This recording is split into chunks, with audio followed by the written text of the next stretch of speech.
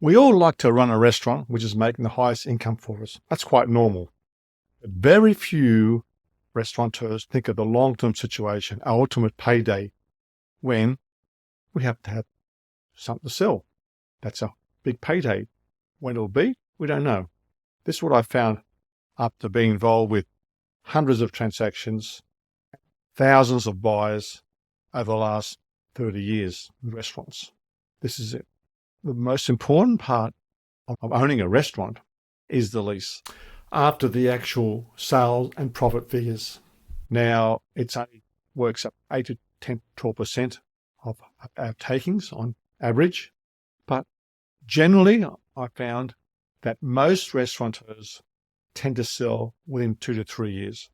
Some don't make it 1 year. Some might go 10 or 20 years plus.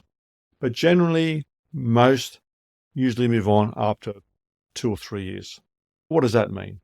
What is a normal lease? So I would say a 4x4 year lease, 8 years, or a 5x5 year lease is quite normal, which means that they can have 8 or 10 years to run the restaurant.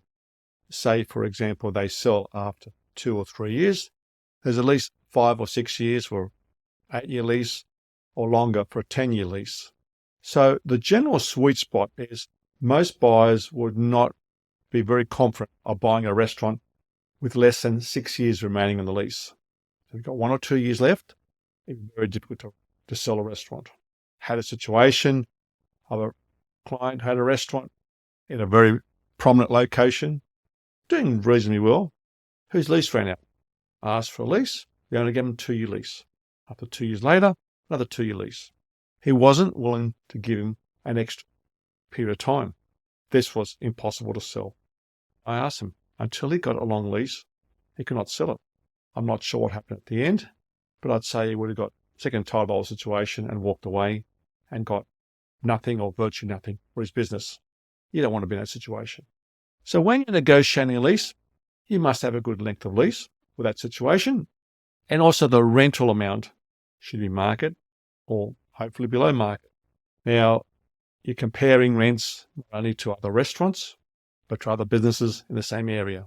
So work with someone who understands the property market, the leasing market, and restaurant market in the area to ensure you're getting a reasonable rental. Because temptation is to pay overs because it's a prime location. And landlords know that.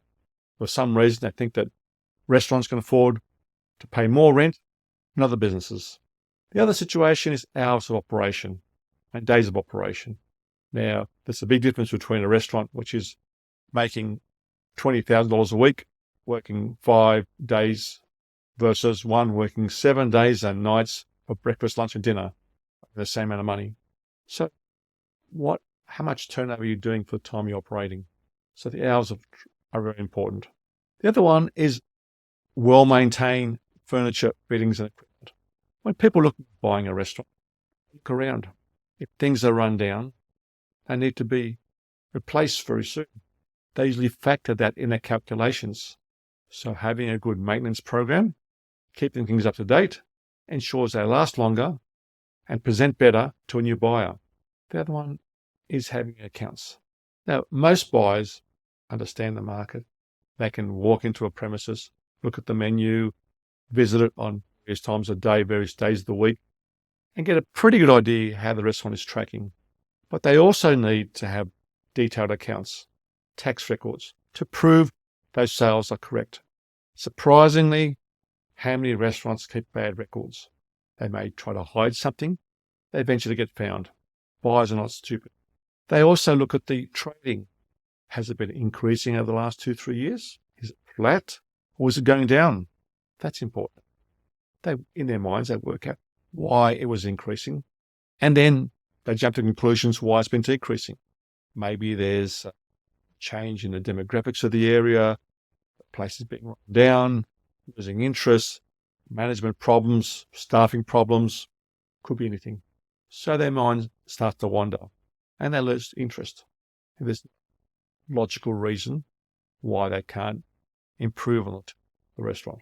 Has the restaurant got a good depreciation report? Depreciation is an income.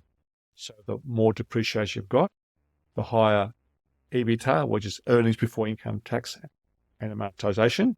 So it looks better on the balance sheet. Are there good management systems in place? Does the place look organised? Is it functioning pretty well? Are the staff look very trained? Good menus, other systems, point of sale systems, cost control systems, that sort of thing. Is it a system where they can easily move into and operate the next day? Is it a functional layout? Is the kitchen well designed? Does it flow properly? Is it a long distance between the kitchen and the serving area? Well, years ago when I was a student and we're working in premises where we had 2 flights of stairs to the kitchen.